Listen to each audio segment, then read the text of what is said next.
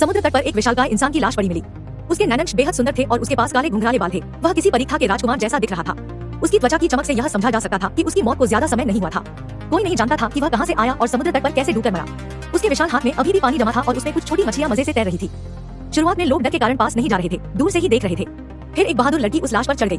जब लोगों ने देखा कि उस विशालकाय इंसान में कोई हरकत नहीं हो रही, तो उनका डर भी खत्म हो गया। फिर लोग उसके हाथों पर चढ़ने लगे। लोग वहाँ मस्ती करने लगे। कोई उसके कान पर बैठकर गाने सुन रहा था, कोई उसकी नाक पर खड़े होकर बैले डांस कर रहा था। जल्दी ही यह जगह एक लोकप्रिय सेल्फी स्पॉट बन गई।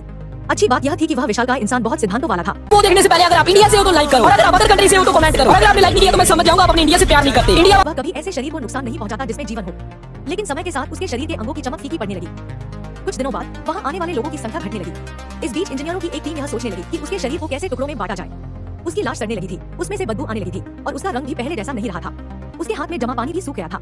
लोग अब उसकी देह पर बिना सोचे समझे चित्रकारी और लिखाई करने लगे थे। इसके बाद अधिकारियों ने उसके शरीर के टुकड़े टुकड़े कर दिए।